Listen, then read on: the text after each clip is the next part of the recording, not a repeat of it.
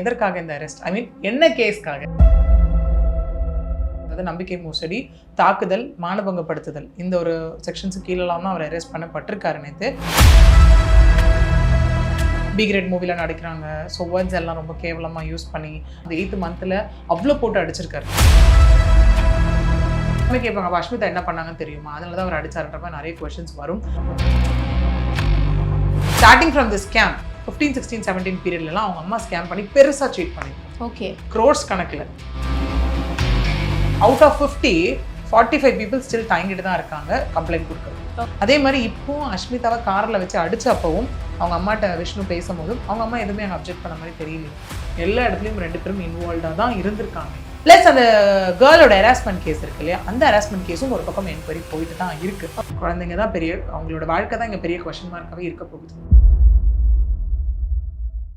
Meenakshi Faculty of Pharmacy. Admissions open for B.Pharm. Apply now. வணக்கம் ma'am. வணக்கம் ma'am. Insta பிரபலம் விஷ்ணு கைது. நம்ம ஏற்கனவே இந்த கேஸ் ரொம்ப ஃபாலோ பண்ணி பேசிட்டு இருந்தோம். ஃபாரெக்ஸ் ஸ்கேமில் தொடங்கி அதுக்கப்புறமா பெண்கள் கிட்ட இன்ஸ்டாகிராமில் ஆபாசமாக பேசுகிறார் அப்படின்னு சொல்லிட்டு பல்வேறு குற்றச்சாட்டுகள் வேறு மேலே இருந்து வந்துச்சு. இந்த நிலையில் அவருடைய மனைவியே புகார் கொடுத்து விருகம்பாக்கம் காவல்துறையினர் அவரை வந்து அரெஸ்ட் பண்ணியிருக்காங்க. இதனுடைய பின்னணி என்ன மேம்?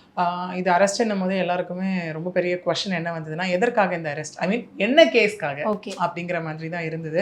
ஐயோ இதில் அரெஸ்ட் பண்ணிட்டார், அப்போ மற்ற விஷயம்லாம் என்ன ஆகும் அப்படிங்கிற மாதிரி எல்லா விஷயமும் அதுக்காக தனியாக ரூட் எடுத்து தனியான என்கொயரி தனியாக போக தான் போகுது. ஓகே, நேத்தி அரெஸ்ட் பண்ணது முற்றிலுமாக அஷ்மிதா அவர்கள் கொடுத்த கம்ப்ளைண்டின் பேரில் தான் அவர் அரெஸ்ட் செய்யப்பட்டிருக்கார். அதாவது நம்பிக்கை மோசடி, தாக்குதல், மானபங்கப்படுத்துதல், இந்த ஒரு செக்ஷன்ஸுக்கு கீழெல்லாம் தான் அவர் அரெஸ்ட் பண்ணப்பட்டிருக்காரு. நேற்று அரெஸ்ட் பண்ணப்பட்டதன் விளைவாக தான் நேற்று அவங்களோட இன்டர்வியூ வந்தது நம்மளால பார்க்க முடிஞ்சது. ப்ளஸ் இந்த ஒரு வாரமாகவே விஷ்ணு வந்துட்டு கொடுத்த இன்டர்வியூஸோட தாக்கம்னு கூட நம்ம சொல்லலாம். ஓகே, ஏன்னா ரொம்ப கேவலமாக இந்த மாதிரி கூட ஒரு பொண்ணை யாருன்னே தெரியாத ஒரு பொண்ணை கூட யாரும் அந்த மாதிரி பேச மாட்டாங்க. ஓகே, பி கிரேட் மூவில நடிக்கிறாங்க. ஸோ வேர்ட்ஸ் எல்லாம் ரொம்ப கேவலமாக யூஸ் பண்ணி கல்யாணத்துக்கு முன்னாடி எனக்கு தெரிஞ்சுதான் நான் வந்துட்டு வாழ்க்கை கொடுத்தேன்ற மாதிரி எல்லாம் பேசி இந்த மாதிரி இது எல்லாமே ரொம்ப வந்து தேவையில்லாத ஒரு விஷயங்கள். ஆக்சுவலி என்னதான் இருந்தாலும் எப்படிதான் இருந்தாலும் ஒரு பொண்ணை இந்த மாதிரி வார்த்தைகள் பேசுறது மிகப்பெரிய தவறு. ஃபர்ஸ்ட் ஆஃப் ஆல் இந்த மாதிரி வார்த்தைகள் யூஸ் பண்ணி ஒரு பொண்ணை பேசவே கூடாது. ஓகே, ஏன்னா அவ்வளோ வந்து டிகிரேடிங்காக அவ்வளோ விஷயங்கள் டிஃபமேட்டரின்னு கூட சொல்ல முடியாது. எவ்வளோ கீழ்த்தரமாக பேசணுமோ அவ்வளோ கீழ்த்தரமாக பேசியாச்சு அந்த இடத்துல. ஓகே, யாராக இருந்தாலும் ஆஸ் அ கேர்ள் நடந்தது தட் டு லைக் ப்ரெக்னன்சி முடிஞ்சு அந்த மாதிரி விஷயங்கள். ப்ளஸ் அந்த தாக்குனதே பார்த்தீங்கன்னா இந்த ஆடியோலாம் கேட்கும் போது பார்த்தோன்னா அந்த 8th மந்த்தில் அவ்வளோ போட்டு அடிச்சிருக்காரு. ஏன்னா எந்த ஒரு ஆணாக இருந்தாலும் ஒரு பெண்ணுன்றதை தாண்டி ஆக்சுவலி குழந்தைக்காகவாது பார்ப்பாங்க. இந்த இடத்துல எல்லாருமே கேட்பாங்க, அப்போ அஷ்மிதா என்ன பண்ணாங்கன்னு தெரியுமா? அதனால தான் அவர் அடிச்சாருன்றப்ப நிறைய கொஸ்டின்ஸ் வந்தாலும் அதுக்கு யாரையும் அடிக்கிறதுக்கான ரைட்ஸ் கிடையாது இந்த இடத்துல இல்லையா? அப்படி ஏதாவது இருந்ததுன்னா அவர் பேசியிருக்கலாம், இல்லை யாருக்கிட்டையாவது அது வந்து ஒரு லீகல் பிளாட்ஃபார்முக்கு எடுத்துகிட்டு போயிருக்கலாம், என்ன வேணால் பண்ணியிருக்கலாம். பட் இவ்வளோ அடிக்கிறது, இவ்வளோ ஆபாசமாக பேசுறது, இவ்வளோ கெட்ட வார்த்தைகள் பேசுறதுக்கான என்ன ரைட்ஸுமே கிடையாது. பட் அதனுடைய விளைவாக இவர் கொடுத்த இன்டர்வியூவோட விளைவாகத்தான் எல்லாமே இன்னைக்கு ஒரு டர்ன் எடுத்து நேற்று விஷ்ணு அரெஸ்ட் பண்ணப்பட்டிருக்கிறது. ஓகே, முழுக்க அஷ்மிதா கொடுத்த கம்ப்ளைண்ட் தான். என்னென்ன ஆக்ஷன்ஸ் போட்டிருக்காங்க அவர் மேல? இப்போ நான் தான் சொன்னேன் இல்லையா அவங்களுக்கு, நம்பிக்கை மோசடி, தாக்குதல், மானபங்கப்படுத்துதல்னு சொல்லி. ஏன்னா அவர் அந்த மாதிரி வார்த்தைகள் பேசுறதா இருக்கட்டும், தாக்குறது ஆக இருக்கட்டும், இல்லை தொடர்ந்து மோசடி சம்பந்தமா விஷயங்களா இருக்கட்டும், அவங்களுக்கு அதுக்கு என்ன மாதிரி அவங்க கம்ப்ளைண்ட் எல்லாம் கொடுத்தாங்க, என்ன மாதிரி சப்போர்ட்டிவான எவிடன்ஸ் எல்லாம் கொடுத்தாங்கன்றது கான்ஃபிடென்ஷியல். ஓகே, அதன் விளைவாகத்தான் இவர் இங்கே அரெஸ்ட் பண்ணப்பட்டிருக்காரு. ஈவன் எஃப்ஐஆருமே is kept like so confidential. ஏன்னா விமன் அண்ட் சைல்டுன்னு வரும்போது சென்சிட்டிவ் அந்த விஷயம். ஓகே, ஸோ எஃப்ஐஆரும் ரொம்ப கான்ஃபிடென்ஷியலாக இருக்கிறதுனால எஃப்ஐஆரும் நம்மளால இங்கே வியூ பண்ண முடியலை. ஓகே, கான்ஃபிடென்ஷியலாக இருக்க எஃப்ஐஆர் எல்லாரும் இந்த இடத்துல வியூ பண்ண முடியாது. ஓகே, அதன் விளைவாக தான் அவர் அரெஸ்ட் பண்ணப்பட்டிருக்காரு. ஸ்கேம் விஷயம் கம்ப்ளைண்ட் ரெஜிஸ்டர் ஆனது ஒரு பக்கம் ஆயிருக்கு, கேஸ் ரெஜிஸ்டர் ஆனது ஒரு பக்கம் ஆயிருக்கு, ஏபி ஒரு பக்கம் அவருக்கு வந்து ரிஜெக்ட் ஆயிருக்கு, டிஸ்மிஸ் ஆயிருக்கு, இது எல்லாமே ஆயிருக்கு. அதுவும் ஒரு பக்கம் போகுது. பிளஸ் அந்த கேர்ளோட ஹராஸ்மெண்ட் கேஸ் இருக்கு இல்லையா, அந்த ஹராஸ்மெண்ட் கேஸும் ஒரு பக்கம் என்கொயரி போயிட்டு தான் இருக்கு. ஸோ அட் அ ஸ்ட்ரெச்ல அது ரெண்டும் போயிட்டு இருக்கு. நாளைக்கு ஒரு வேலை அதுலயும் ப்ரூவன் ஆகி எஃப்ஐஆர் விழும் பட்சத்தில் இது கூட சேர்ந்து அதுவும் ஆட் ஆகும். ஓகே. அண்ட் இன்னொன்று, இந்த கேஸை பொறுத்த வரைக்கும் எல்லாருமே அஷ்மிதா இவ்வளோ நாளாக வந்து தொடர்ந்து டிவோர்ஸ், அதுக்கப்புறமா ஒன்றா சேர்ந்தது, இப்படி பல பிரச்சனைகள், நிறைய ஒரு கொலாப்ஸான கன்ஃபியூஸ்டான ஸ்டேட்டில் தான் 2 பேர் இருந்திருக்காங்க. பட் ஏன் இதெல்லாம் முன்னாடியே சொல்லாமல் இப்போ வந்து சொல்கிறாங்க, ஏன் இப்போ வந்து அரெஸ்ட் வரைக்கும் போயிருக்கு அப்படின்ற கொஸ்டின் கேட்பாங்க. இந்த கொஸ்டினே ஃபஸ்ட்டு வேலிடா? கொஸ்டின் வேலிடுன்ற அன்வேலிடான்றத தடி அவங்க என்ன ஃபேஸ் ஆஃப் கோ த்ரூ பண்ணாங்கன்னு ஒன்று இருக்குது. இப்போ விஷ்ணுவுமே நீங்கள் 2 பேருமே எடுத்துக்கோங்களேன். ஒரு சைட் நம்ம போடாமல் இன்டர்பிரட் ஃபேக்டரில் நம்ம போனோம்னா, விஷ்ணுவே முன்னாடி சொன்ன விஷயங்கள் என்ன, என்னோட வைஃப் மாதிரி இருங்க, இண்டிபெண்டா இருங்க, அவங்கள மாதிரி உழைச்சி முன்னேறுங்க, நிறைய கற்றுக்கோங்க அப்படிங்கிற மாதிரியெல்லாம் இருந்தது. இங்கே அஷ்மிதாவும் அந்த இடத்துல பார்த்தீங்கன்னா இது பிஸ்னஸ் லாஸ் எல்லாம் தெரிஞ்சுதானே போட்டிங்க என் ஹஸ்பண்டுன்ற மாதிரி பேசிட்டு இருந்தாங்க. அதுக்கப்புறம் ஒரு பெரிய டேர்ன் எடுத்தது எப்போ அப்படின்னா இந்த கேர்ள் ஹராஸ்மெண்ட் கேஸ்க்கு அப்புறம் தான். ஓகே. அதுக்கப்புறம் விஷ்ணுவோட மைண்ட் செட் வாஸ் இந்த குரூப் தான் இதெல்லாம் பண்ணாங்கன்றது தான் அவரோட மைண்ட் செட்டாக இருந்தது அப்போ. Okay.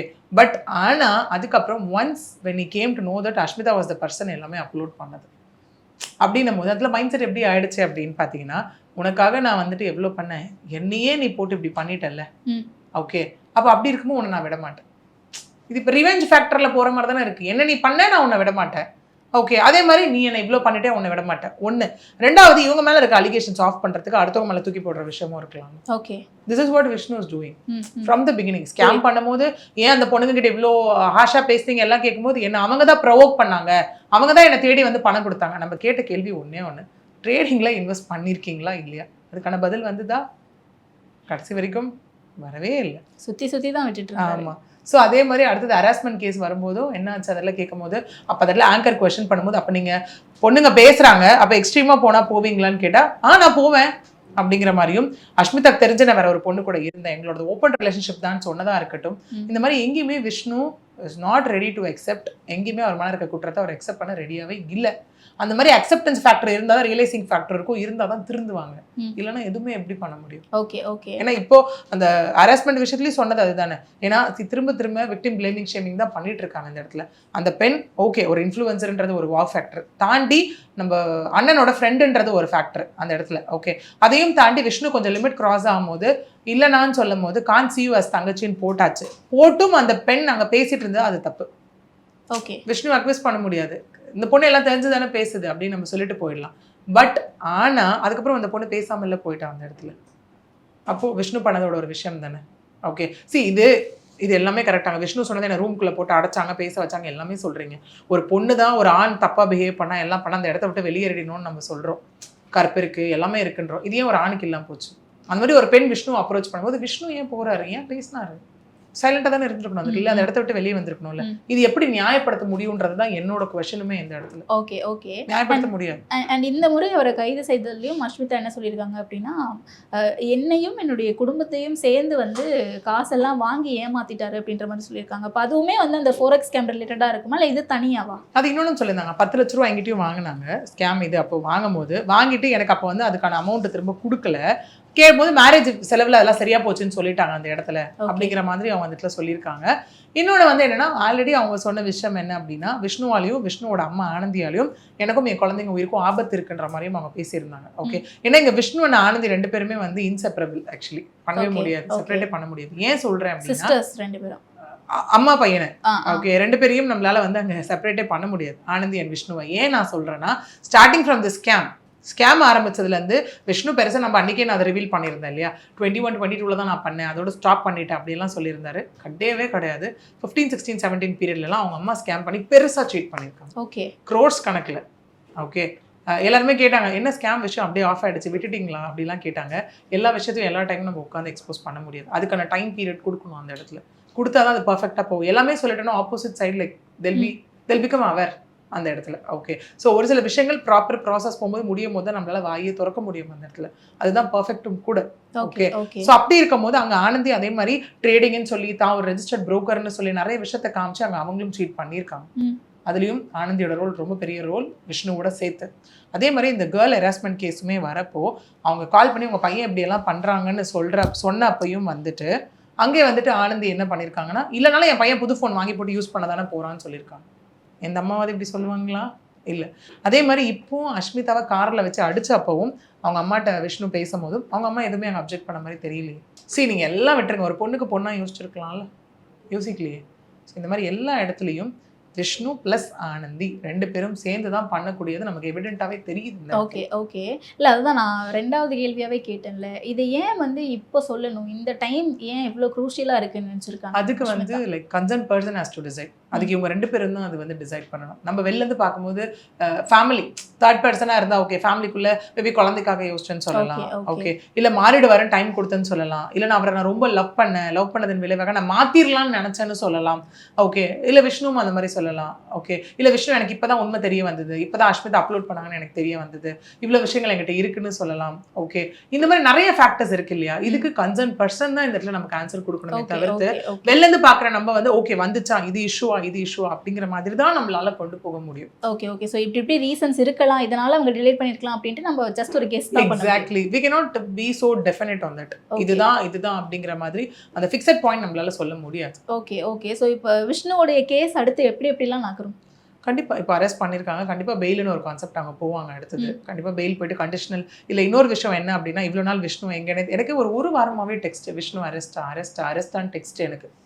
Okay, I was like இல்லையே விஷ்ணு, ஏன்னா இது நான் எப்போனா விஷ்ணு அப்ஸ்கேன் தான் ஒரு கட்டத்துல எல்லாரோட விஷயமா தான் இருந்தது. பட் இந்த கேர்ள் ஹராஸ்மெண்ட் விஷயம் போகும்போது அப்ப அந்த பாதிக்கப்பட்ட குரூப்புக்கு அப்ப நான் கவுன்சில் அப்போ போகும்போது எல்லா இயரிங் கூப்பிடும் போதுலாம் விஷ்ணு வாஸ் தேர் ஸ்டேஷன்ல. ஓகே, அப்ப அப்ஸ்கேண்டா இருக்கவங்க எப்படி வர முடியும்? ஸோ விஷ்ணு அப்ஸ்கேன் கிடையாது.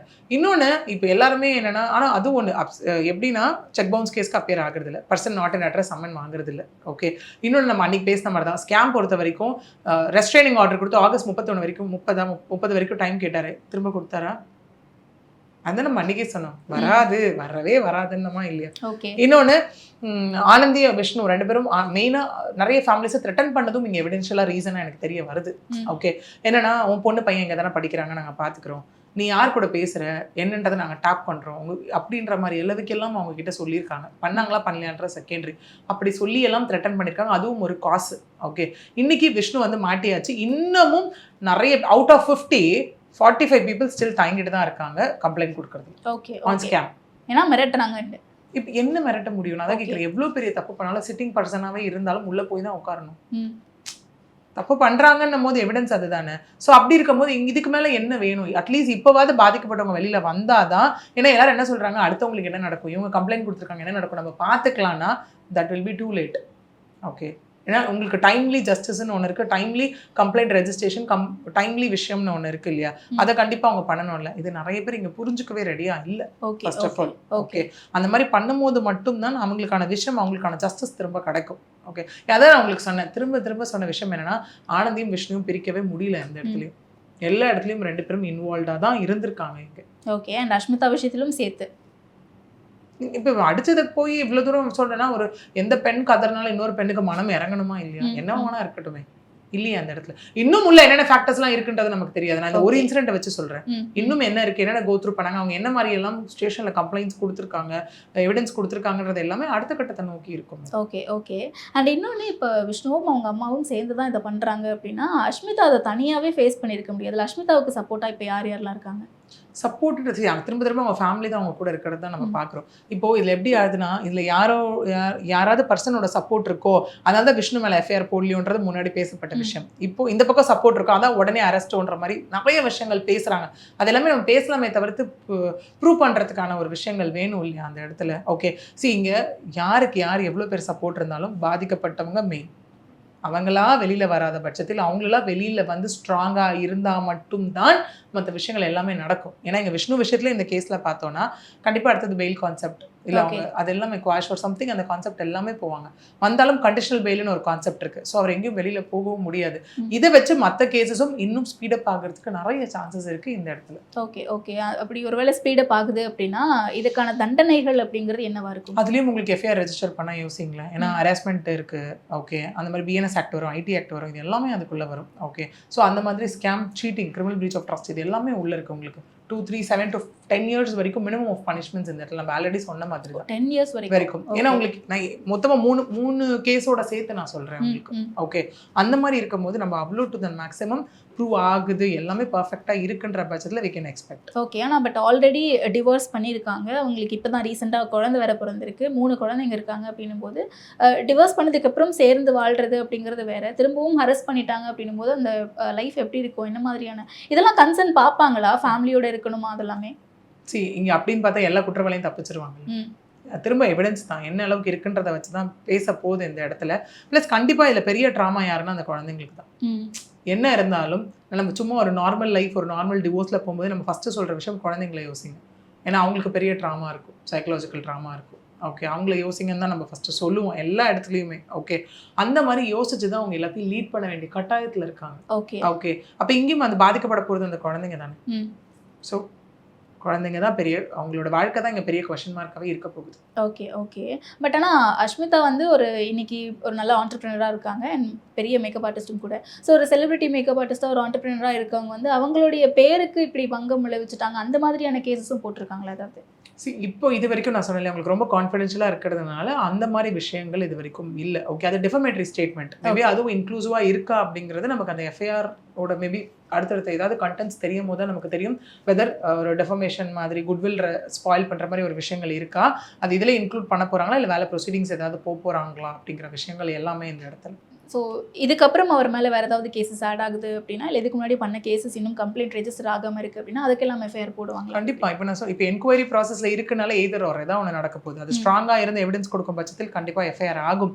ஸ்கேம்லேயே வந்து உங்களுக்கு ஆல்ரெடி பெங்களூரில் கொடுத்தது எஃப்ஐஆர் ஆகிடுச்சு. அதே மாதிரி தமிழ்நாட்டிலும் இன்னும் ஸ்ட்ராங்காக ஆச்சு ப்ரூவ் பண்ணுற பட்சத்தில் வந்துட்டு கண்டிப்பாக அதுக்கும் நம்ம ஒரு எஃப்ஐஆர் விஷ்ணு மீது நம்ம எதிர்பார்க்கலாம். ஓகே, ஆனால் பட் இப்போ இந்த ஸ்கேமை பொறுத்த வரைக்கும் அவங்க திரும்பவும் காசு கொடுக்கணும் அப்படின்ற ஒரு விஷயம் வரும்ல, இவர்கிட்ட இந்த காசெல்லாம் இருக்குமா, அதுக்கு எப்படி திருப்பி ரீபே பண்ணுவார், அந்த விஷயம்லாம் எப்படி? அதுதான் ஆக்சுவலி அதுக்கும் திரும்ப விஷ்ணுவோட அக்கௌண்ட் எடுத்தால் கம்ப்ளீட்டே வந்துட போகுது. என்னென்ன ஒரு டிரான்சாக்ஷன் எடுத்தாலும் எங்கே போயிருக்கு, என்ன நிஜமாவே ட்ரேடிங் போயிருக்கா, நீங்கள் ட்ரேடிங்கில் அப்படி கம்ப்ளீட் லாஸ் எல்லாம் க்ளோஸ் பண்ண முடியாது.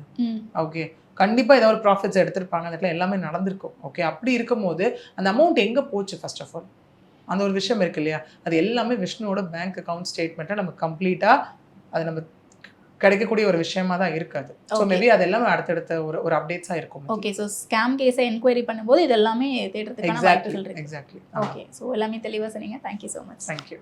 Meenakshi Faculty of Pharmacy. Admissions open for B Pharm. Apply now.